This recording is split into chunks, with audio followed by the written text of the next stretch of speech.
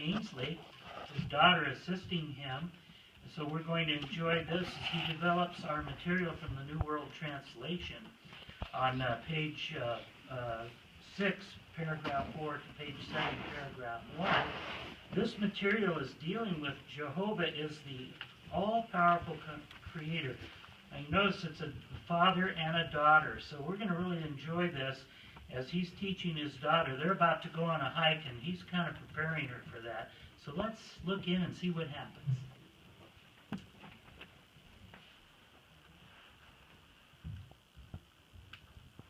This weekend, Ainsley, we have a special opportunity to draw close to Jehovah since we're going backpacking. And since we are backpacking, we can spend the whole weekend observing Jehovah's natural creation. This evening, though, how would you like to learn a little bit about the stars? I would enjoy that. All right. Well, it'll be fun. Let's start by firmly establishing from the Bible who made the heavens. Let's look at Hebrews 3:4, and let's have you read that. Okay. Of course, every house is constructed by someone, but the one who constructed all things is God. Now, did you notice that Jehovah created not just the heavens, but all things? Yeah. Isn't that neat? So, do you know how many stars there are? I think a gazillion. Well, that's a big number. But do you think we can identify all of them? I don't think so. Yeah, only Jehovah can. He's named them all. How about if we learn about the four brightest stars in the northern Nevada sky? That's Sirius, is over here, Rigel, Vega, and Capella. Now, you want to know how Jehovah created these? Yeah. Yeah. We can go to the Bible for that too. So let's look in Isaiah 40, verse 26. Okay. Why don't you read that for us? Lift up your eyes to heaven and see who has created these things.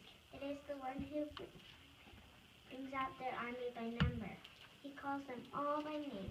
Because of his vast dynamic energy and his awe-inspiring power, not one of them is missing. So you see that he's named them all, and it talks about this dynamic energy and his awe-inspiring power. He turned that energy into matter. He turned it into stars and planets. He created the universe with his mighty power. Now this reminds me of my favorite scripture, and that's in Romans 1:20. And I want to share that with you, so let me read that. That's Romans 1:20. It says, "For his invisible qualities are clearly seen from the world's creation onward, because they are perceived by the things made, even his eternal power and godship, so that they are inexcusable." So you see this? These invisible qualities, when we look into the heavens, we look at the stars at night, we see his power and his creating, and his wisdom, his organization. Now, at the end of that verse, though, it talks about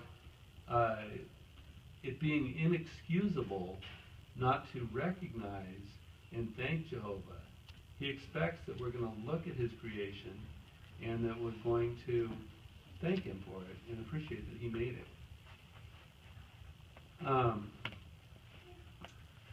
Now, you know, when we learn about things like creation and the natural environment, what do you think that should inspire us to want to do as Christians? Teach people about Jehovah. Yeah. What does your note there say that we want to do? We want to share our faith in God so that others will notice God's invisible qualities and give him glory. Yeah, so it's all in his glory. We want to have faith, we want to show that, we want to be bold so that others will see what we believe and also grow to have faith and love for Jehovah. So it's getting kind of late now, so how about we do those marshmallows now? Yeah.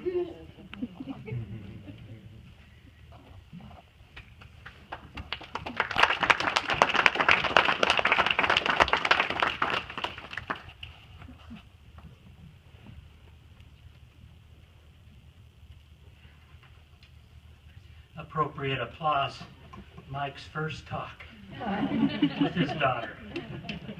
So isn't it going to be kind of exciting to see the brothers up here now using assistance, and what a beautiful example of a father-daughter relationship, teaching her about Jehovah. Wasn't that nice?